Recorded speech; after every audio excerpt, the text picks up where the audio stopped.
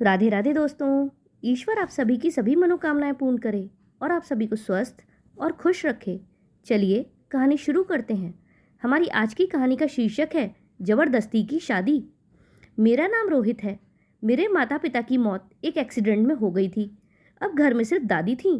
दादी पहले गांव में रहती थी, लेकिन मम्मी पापा के जाने के बाद दादी मेरे पास ही आ गई थी, क्योंकि उनके अलावा मेरा कोई नहीं था। मैं अच्छा खासा पढ़ा लिखा था, मल्टीनेशनल कंपनी में जॉब करता था। मेरी दादी को मेरी शादी की बहुत चिंता रहती थी। वह हमेशा मुझसे कहती थी कि घर में एक बहू आ जाए तो मैं गंगा नहा लूं। मैं उनकी बात को हंसकर टाल देता था, क्योंकि जैसी लड़की मैं चाहता था वैसी मुझे अभी तक मिली ही नहीं थी।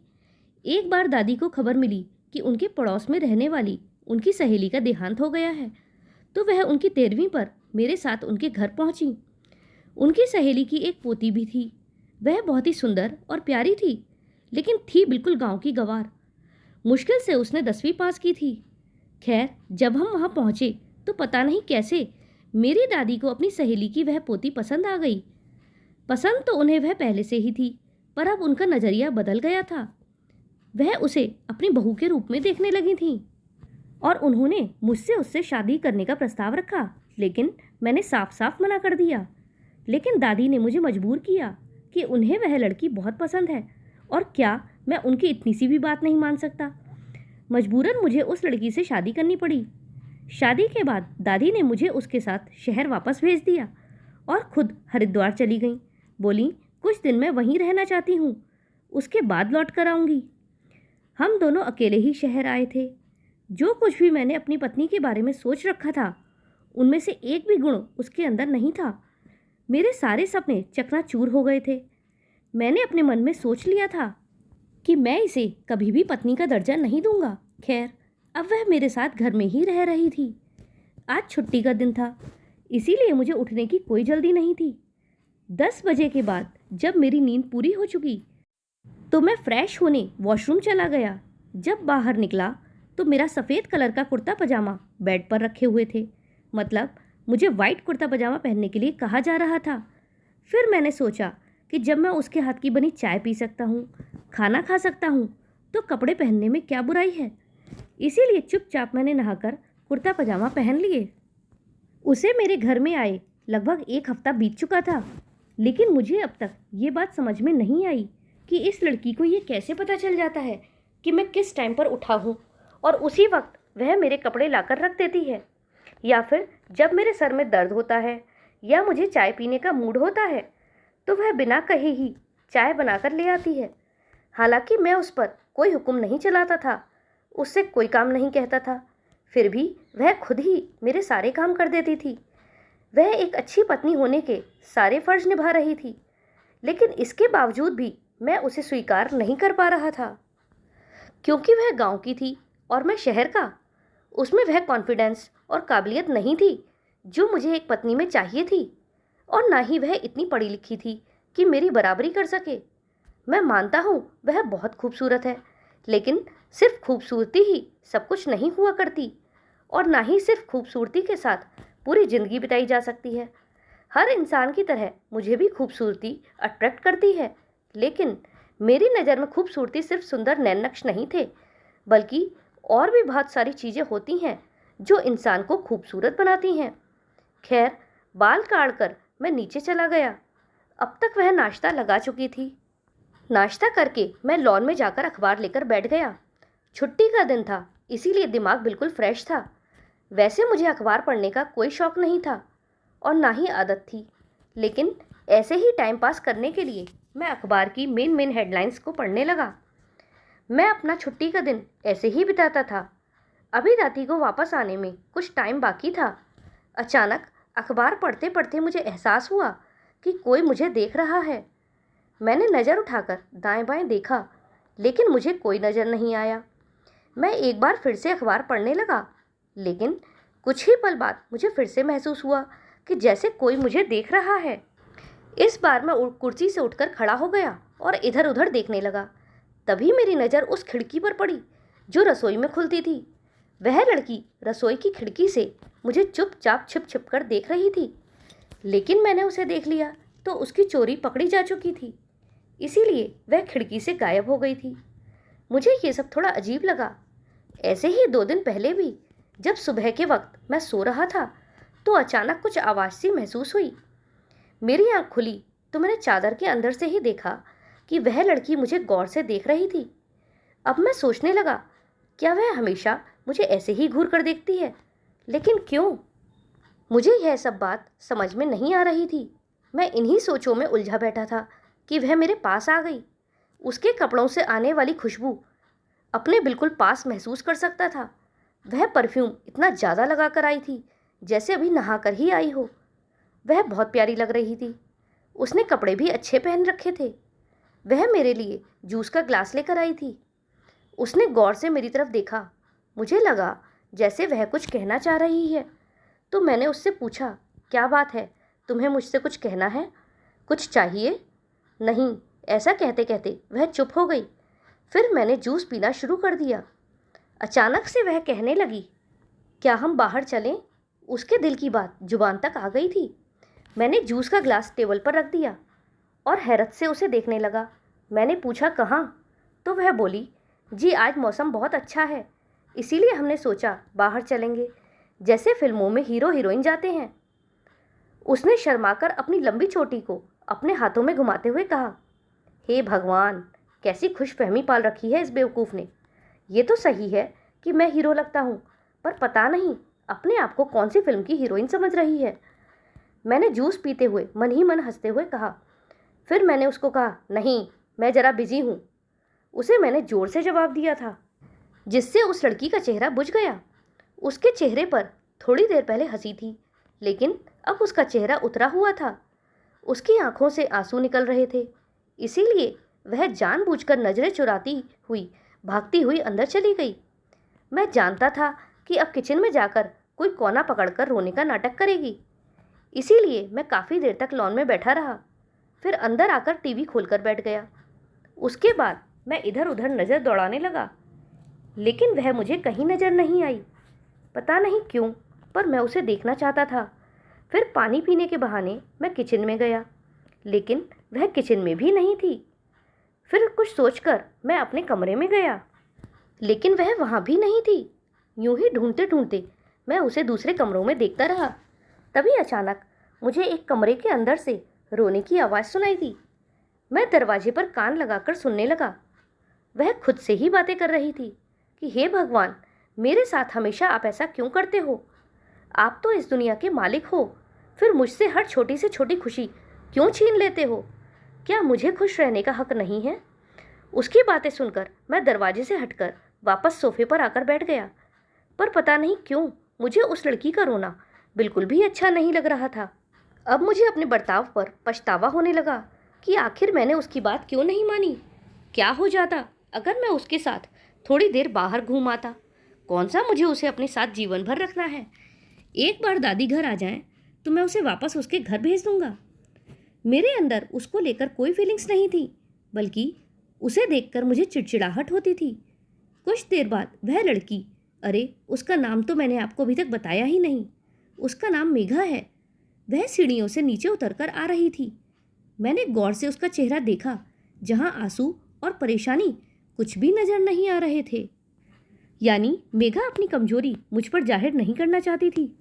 जैसे ही वह किचन में जाने लगी, मैंने उसे आवाज़ लगाई, सुनो। मेरी आवाज़ सुनकर वह वापस मेरे पास आई और मुझे देखने लगी।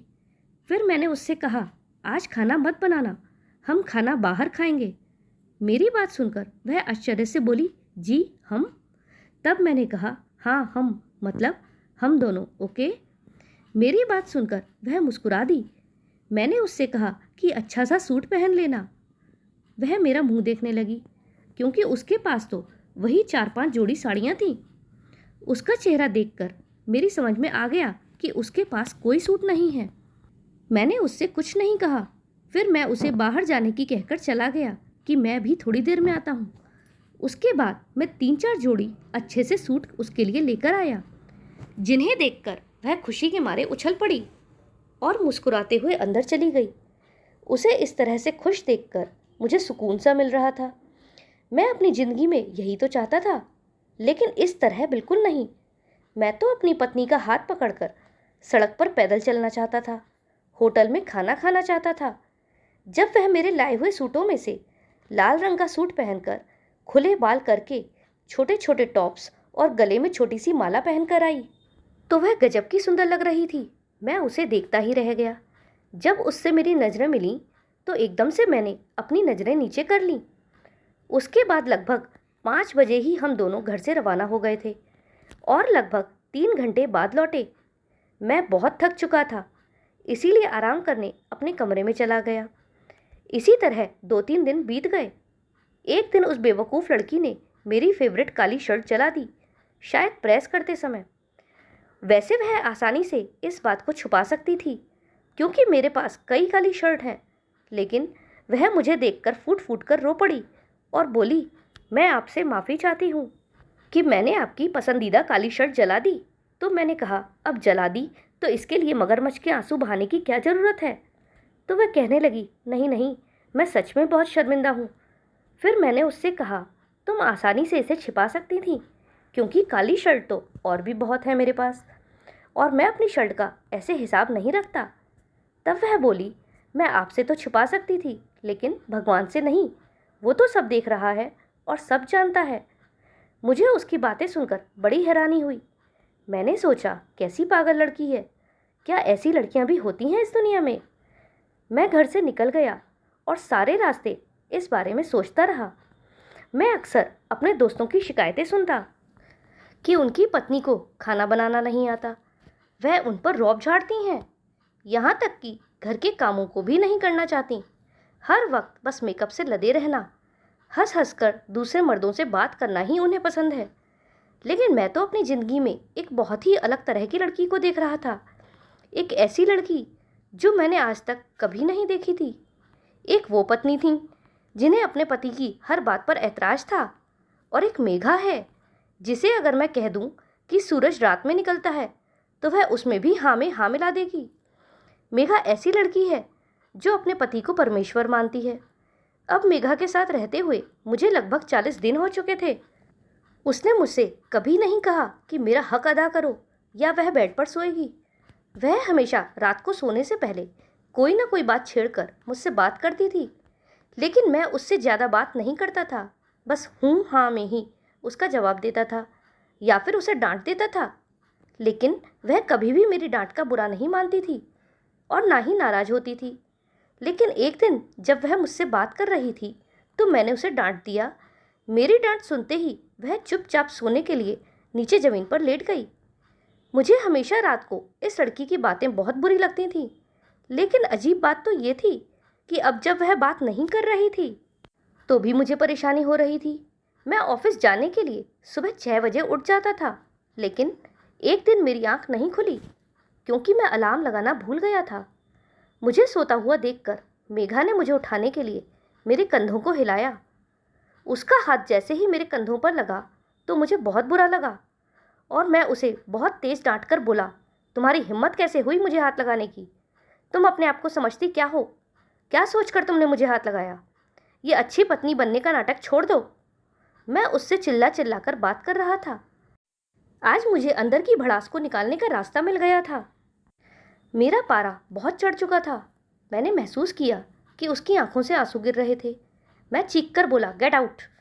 फिर याद आया कि उस जाहिल गवार को तो इंग्लिश नहीं आती, इसीलिए उसका हाथ पकड़कर झटके से कमरे से उसे बाहर निकाल दिया और दरवाज़ा बंद कर लिया। थोड़ी देर तक मैं परेशान ऐसे ही बैठा रहा। जब थोड़ा शांत हुआ तो वापस लेट गया और सो गया। मुझे कब नींद आई पता ही नहीं चला। उस दिन मैंने ऑफिस की छुट्टी कर ली थी। फिर लगभग 12 बजे मेरी आँख खुली। सर में हल्के दर्द का एहसास हुआ। सुबह 6 बजे वाली बात मुझे अभी भी याद थी। आज हमेशा की तरह ना तो मेरे बेड पर शर्ट रखी थी और जब नीचे आया तो ना ही टेबल पर नाश्ता था। मैं समझ गया कि वह मुझसे नाराज़ है। मैंने उसके साथ अच्छा नहीं किया। मेरे दिल ने मुझे झकझोरा कि मैंने उसके साथ कितना गलत व्यवहार किया है। खैर भूख लग रही थी, इसीलिए मैंने सोचा खुद ही नाश्ता बना लेता हूँ। ऐसा सोचकर मैं किचन में चला गया। जैसे ही मैं नाश्ता बनाने लगा तो मेरा नाश्ता बनाने से मन उचट गया, क्योंकि इतने दिनों से मैं उसी के हाथ का बना नाश्ता और खाना खा रहा था। तो अब मुझे कुछ भी बनाना अच्छा नहीं लग रहा था। इसीलिए मैं बिना नाश्ता बनाए ही वापस बाहर आ गया और आकर सोफे पर बैठ गया। फिर अचानक कुछ सोचकर खड़ा हुआ कि वह मुझे कहीं दिखाई नहीं दे रही थी। कहाँ चली गई? मैंने उसे कमरे में ढूंढा, लेकिन वो मुझे कहीं नहीं मिली। टेंशन और बढ़ गई। मैं ऐसे तड़पने लगा जैसे कोई अमूल्य चीज खो गई हो। फिर मैं सोचने लगा, वह कहाँ चली गई? दूसरे ही पल मेरे मन में ख्याल आया, अच्छा है, जहाँ भी चली गई हो मुझे क्या, अच्छा है इस घर से चली जाए। मैं हमेशा से यही तो चाहता था कि वह चली जाए, लेकिन अब जब वह चली गई तो मैं परेशान हो रहा था। आज मैं खुश क्यों नहीं हूँ, जबकि मुझे तो बहुत खुश होना चाहिए था। मुझे कुछ भी समझ में नहीं आ रहा था कि मैं क्यों परेशान हूँ। मुझे लगा कि शायद मैं इसीलिए परेशान हूँ कि दादी आएंगी तो फिर वह मुझ पर गुस्सा करेंगी। लेकिन दूसरे ही पल मेरे दिल ने कहा, नहीं, दादी की वजह से नहीं, तुम सच में उसके लिए परेशान हो, तुम्हें उसकी चिंता हो रही है। मन में यह एहसास जागा कि मैं उससे प्यार करने लगा हूँ। फिर मैंने सोचा कि मैं उससे प्यार कैसे कर सकता हूँ, वो तो मुझे बिल्कुल भी पसंद नहीं है। मैं अपने दिल की बात को झुठलाने की कोशिश कर रहा था, लेकिन दिल था कि लगातार बेचैन हो रहा था। मुझे पहली बार जिंदगी में घर में अकेलापन महसूस हो रहा था। अब मुझे सचमुच अपने दिल पर यकीन हो रहा था कि मैं उसे प्यार करने लगा हूँ। वह इतनी प्यारी, इतनी सच्ची है कि मुझे जीवन साथी के रूप में सिर्फ ऐसी ही लड़की चाहिए थी। उसके जैसा तो दुनिया में कोई और है ही नहीं। अगर दादी ने उस पर विश्वास करके मेरी शादी की है तो वाकई वह अपने पोते के लिए सबसे अच्छी पत्नी ढूंढ कर लाई थी। अगर मैं सचमुच अपनी पसंद की किसी मॉडर्न शहरी लड़की से शादी करता तो क्या मेरी उससे निभ पाती? क्या वह लड़की घर का काम करती? क्या वह मुझे इतना बर्दाश्त कर पाती, मेरे गुस्से को झेल पाती? मेघा तो मेरी हर बात को कितनी आसानी से झेल जाती है और पलटकर जवाब भी नहीं देती। मुझे आज उसकी वह प्यारी प्यारी सारी बातें याद आ रही थीं। एक बार मैंने उससे कहा था कि ब्यूटी पार्लर होकर आया करो। तब उसने मुझसे पूछा था, जी ये ब्यूटी पार्लर क्या होता है? मैंने उसे टीवी चलाने के लिए कहा तो बोली, इसमें करंट तो नहीं लगेगा। एक दिन मैंने उसे खाना खाने से मना किया और कहा, मेरे को भूख नहीं है, तुम खा लो। तो वह बोली, जब तक हमारे घर में पति खाना नहीं खाता तब तक पत्नी खाना नहीं खा सकती, इसीलिए आप थोड़ा सा खा लीजिए। और जब उसने मेरी काली शर्ट जलाई तब तो वह कितनी आसानी से झूठ बोल सकती थी, लेकिन बोली कि नहीं, भगवान तो सब देख रहा है, मैं आपसे झूठ बोलकर तो बच जाऊंगी, लेकिन भगवान से झूठ कैसे बोलूं? वो तो इतनी अच्छी थी कि उसने मुझसे कभी किसी बात की शिकायत नहीं की। लेकिन अब वह कहाँ चली गई? मैं भगवान से प्रार्थना करने लगा कि हे भगवान, उसे मेरी ज़िंदगी में वापस भेज दो। मैं सच में उससे प्यार करने लगा हूँ और उसे अब अपनी पत्नी बनाकर रखूँगा। मुझे अपने गालों पर नमी का एहसास हुआ। मैं फटाफट भागते हुए रेलवे स्टेशन की ओर गया। मैं फुल स्पीड में जल्दी से जल्दी गाड़ी चलाई, कहीं ट्रेन ना निकल जाए। मुझे लगा कि वह कहीं गाँव ना चली जाए। जब मैं स्टेशन पहुंचा तो एक ट्रेन तभी निकल चुकी थी। मैंने एक आदमी से गांव का नाम लेकर पूछा कि क्या उस गांव की ट्रेन चली गई? तो वह आदमी बोला, हाँ, ये वही ट्रेन तो जा रही है। मैं धक्के से रह गया। मुझे पछतावा हो रहा था कि मैंने आज उसके साथ इतना गलत किया और वह मुझे छोड़कर चली गई। लेकिन मुझे लग रहा था कि अब मैं उसके बिना नहीं जी पाऊंगा। उदास मन से मैं वापस घर आ गया और आकर सोफे पर ढेर हो गया और रोने लगा कि मैं कैसे रहूँगा उसके बगैर। कहाँ चली गई वो? मैं उससे अब बहुत प्यार करने लगा हूँ, उसके बिना मैं नहीं रह सकता। लेकिन तभी मुझे किसी के कदमों की आहट सुनाई दी। मैंने गर्दन घुमाकर देखा तो मेरी सांसें रुक गईं। सामने मेघा खड़ी थी। मैं रोते हुए एकदम झटके से उठा और उसे गले लगाते हुए बोला, तुम कहाँ चली गई थी मुझे छोड़कर? तब वह बोली, मैं कहाँ जाऊँगी, मैं तो यहीं कोठरी के किनारे वाले हिस्से में दुखी मन से बैठी थी। अचानक ही बैठे बैठे मुझे नींद आ गई तो पता ही नहीं चला। उसकी बात सुनकर मुझे समझ आया कि जब मैं उसे आवाज़ देकर ढूंढ रहा था तो उसने मुझे पलटकर आवाज़ क्यों नहीं दी, क्योंकि शायद वो सो चुकी थी। उसे देखकर मैं बहुत खुश था। मैंने उससे कहा कि तुम मुझे कभी भी छोड़कर मत जाना, चाहे मैं तुम्हें कितना भी डांट दूँ। मैं तुमसे सच में प्यार करने लगा हूँ। आज मैं तुम्हें दिल से अपनी पत्नी के रूप में स्वीकार करता हूँ। मेरी बात सुनकर मेघा मेरा मुंह देखती रह गई और फिर आंखों में आंसू लेकर बोली, सुबह सच में मेरा दिल टूट गया था जब आपने मुझे धक्का देकर कमरे से बाहर निकाला। मुझे लगा कि शायद मेरी जिंदगी का कोई मकसद ही नहीं है, इसीलिए मैं एक कोने में बैठी रो रही थी और रोते रोते नींद आ गई। अब मैंने उससे कहा कि आज से तुम्हारी आंखों में मैं कोई आंसू नहीं आने दूंगा, मुझे माफ़ कर दो। ऐसा कहकर मैंने उसे गले लगा लिया। अगले दिन दादी घर में आई और हम दोनों ने खुशी खुशी उनके पैर छुए। हमें एक साथ देखकर दादी बहुत खुश थी। बोली, मेरा हरिद्वार जाना सफल हो गया। दोस्तों, आपको ये मजबूरी की शादी और उसके बाद की प्रेम कहानी कैसी लगी कमेंट में ज़रूर बताइएगा। और अगर कहानी पसंद आई हो तो वीडियो को लाइक करें और चैनल पर नए हो तो चैनल को सब्सक्राइब करें। हमारे साथ अंत तक बने रहने के लिए धन्यवाद। जय श्री राधे।